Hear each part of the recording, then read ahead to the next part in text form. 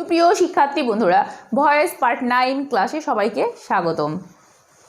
আজকে আমরা দেখব পার্ট 9 এ ভয়েস, যেখানে আমরা দেখব যে ভয়েসে যে প্রিপোজিশনটা আমরা ইউজ করি, দ্যাট মিনস বাই ছাড়াও যে আমরা ব্যতিক্রমী আরও কিছু প্রিপোজিশন ইউজ করি, আজকের ক্লাসে আমরা সেটা দেখব।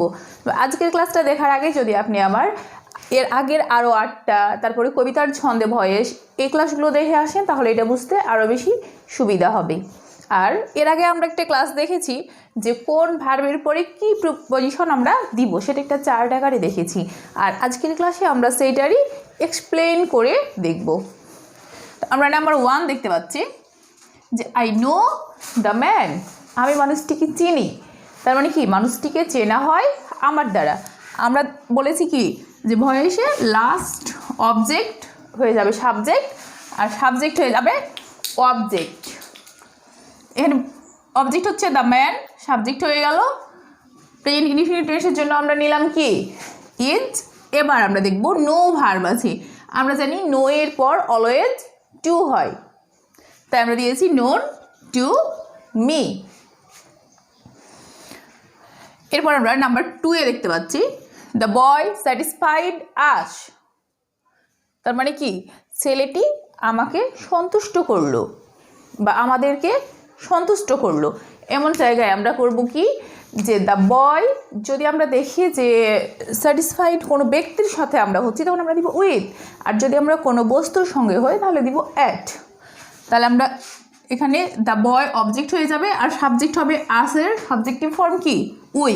যেহেতু এটা পাস্ট টেন্সে আছে, আমরা এই জন্য দিলাম ওয়ার। আর স্যাটিসফাইডের পাস্ট পার্টিসিপল ফর্ম হচ্ছে স্যাটিসফাইড। আর এখানে আমরা বাই দিব না। যদি আমরা কারোর সঙ্গে কাউকে নিয়ে স্যাটিসফাইড হই, তাহলে আমরা দিব উইথ। তাহলে we are satisfied with the boy, যে ওই ছেলেগুলোকে নিয়ে আমরা খুব সন্তুষ্ট হয়েছিলাম। Number 3, your work satisfied me. এবার আমরা দেখতে পাচ্ছি যে কি স্যাটিসফাইড করেছে আমাকে, তোমার কাজ, তোমার কর্ম। তার মানে এটা একটা কোনো জিনিস, কোনো ব্যক্তি না, তাই আমরা প্রিপোজিশন আর উইথ দিব না। এবার আমরা দিব কি প্রিপোজিশন অ্যাট, যে I was satisfied at your work, আমি তোমার কাজে খুব সন্তুষ্ট হয়েছিলাম। নাম্বার 4 আমরা দেখতে পাচ্ছি হিজ বিহেভিয়ার প্লেসড মি, যে তার আচরণ, এখানে আমাদের সাবজেক্ট কি যে হিজ বিহেভিয়ার, তার আচরণ প্লেসড মি, আমাকে সন্তুষ্ট করেছিল। এখানেও কিন্তু আমরা প্লেসড এর পর যদি ব্যক্তি হয়, আমরা বলেছিলাম কি যে আমরা উইথ দিব, আর বস্তু হইলে অ্যাট দিব। হিজ বিহেভিয়ার হচ্ছে গিয়ে বস্তু, তাই I was placed at his behaviour, তার আচরণে আমি খুব সন্তুষ্ট হয়েছিলাম। নাম্বার 5 আমরা দেখছি হিজ কন্ডাক্ট অ্যানয়েড মি, তার এই যে কন্ডাক্টটা, তার যে ডিমান্ডটা, সেটা কী করেছিল, অ্যানয়েড মি, আমাকে খুব বিরক্ত করেছিল। এটাও যেহেতু কোনো একটা জিনিস, তাই আমরা কী দিয়েছি যে আই ওয়াজ অ্যানয়েড, আমি খুব বিরক্ত হয়েছিলাম। অ্যানয়েডের পর আমরা প্রিপোজিশন এখানে কী দিলাম at, at is conduct. Number 6 আমরা দেখতে পাচ্ছি হি অ্যানয়েড মি, মানে সে আমাকে খুব বিরক্ত করে। তাহলে সে বলতে কোনো একটা ব্যক্তি, কোনো একটা পার্সন, তাই আমরা কী দিব উইথ। মি থেকে আমরা নিলাম আই, পাস্ট ফর্মের জন্য ওয়াজ, অ্যানয়েডের পাস্ট পার্টিসিপল তো হয়ে আছে, তাহলে I was annoyed with him, আমি তাকে নিয়ে খুব বিরক্ত হয়েছিলাম, তার দ্বারা খুব বিরক্ত হয়েছিলাম। Number 7, this book has greatly interested me, এই বইটা আমাকে কী করেছে, খুবই আনন্দ দিয়েছে। আমরা জানি কোনো কিছুতে আনন্দ পাওয়াতে কি হয়, ইন্টারেস্টেড ইন হয়। তাই আমরা ভয়েস চেঞ্জ করবো কি যে এটা যেহেতু প্রেজেন্ট পারফেক্ট টেন্সে ভয়েস হচ্ছে, আর এর জন্য আমরা পাবো হ্যাভ, সঙ্গে আমরা একটা অ্যাড করবো বিন।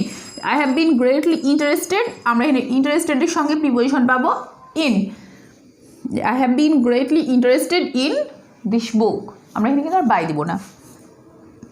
Number 8, the newspaper contains daily news.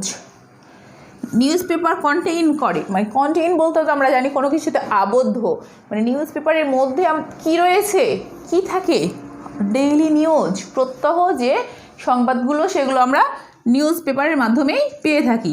তাহলে অবজেক্টটা এখানে সাবজেক্ট হয়ে গেল, ডেইলি নিউজ, প্রত্যেক দিনের সংবাদ কি ইজ কন্টেইনড ইন, আবদ্ধ হয়ে থাকে কিসে, দ্য নিউজ পেপার। তাহলে daily news is contained in the news paper. Number 9, smoke field the room. আচ্ছা, ধোঁয়াতে রুমটা পরিপূর্ণ হয়ে গেছে। তার মানে কি, ধোঁয়াতে বলতে ধোঁয়ার সাথে, ধোঁয়াতে রুমটা পরিপূর্ণ হয়ে গেছে। তাহলে the room was filled with হচ্ছে কোনো কিছু দিয়ে পরিপূর্ণ, কোনো কিছুতে পরিপূর্ণ হয়ে যাওয়া। তাহলে the room was filled with smoke, রুমটা পরিপূর্ণ হয়ে গেছিলো ধোঁয়ায়। অ্যান্ড লাস্ট ওয়ান আমরা দেখতে পাচ্ছি number 10, the death of his father, যে তার বাবার মৃত্যুর সংবাদ। The death of his father, তার বাবার যে মৃত্যুটা সেটা কী করেছিল, শকড মি মাচ, আমাকে খুব মর্মাহত করেছিল। শকড এর সঙ্গে আমরা কী পাবো, প্রিপোজিশন অ্যাট। তাই আমরা দিলাম যে আই ওয়াজ মাচ শকড, আমি খুবই মর্মাহত হয়ে গেছিলাম কিসে, at the death of his father, তার বাবার মৃত্যুতে। তো সুপ্রিয় শিক্ষার্থী বন্ধুরা, ভয়েস পার্ট 9-এ আমরা দেখলাম যে এক্সাম্পলের মাধ্যমে কোথায় ব্যতিক্রম ধর্মী প্রিপোজিশনগুলো আমরা ইউজ করব। আমরা কিন্তু অলওয়েজ বাই ইউজ করব না, বাই ইউজ করলে কিন্তু ভুল হয়ে যাবে। তাহলে আমরা দেখে নিলাম যে মূলত ব্যক্তির সঙ্গে উইথ আর বস্তুর সঙ্গে হইলে অ্যাট, এছাড়াও কয়েকটা ব্যতিক্রম রয়েছে। আশা করি ক্লাসটা আপনাদের ভালো লেগেছে। ভালো থাকবেন সবাই, আল্লাহ হাফেজ।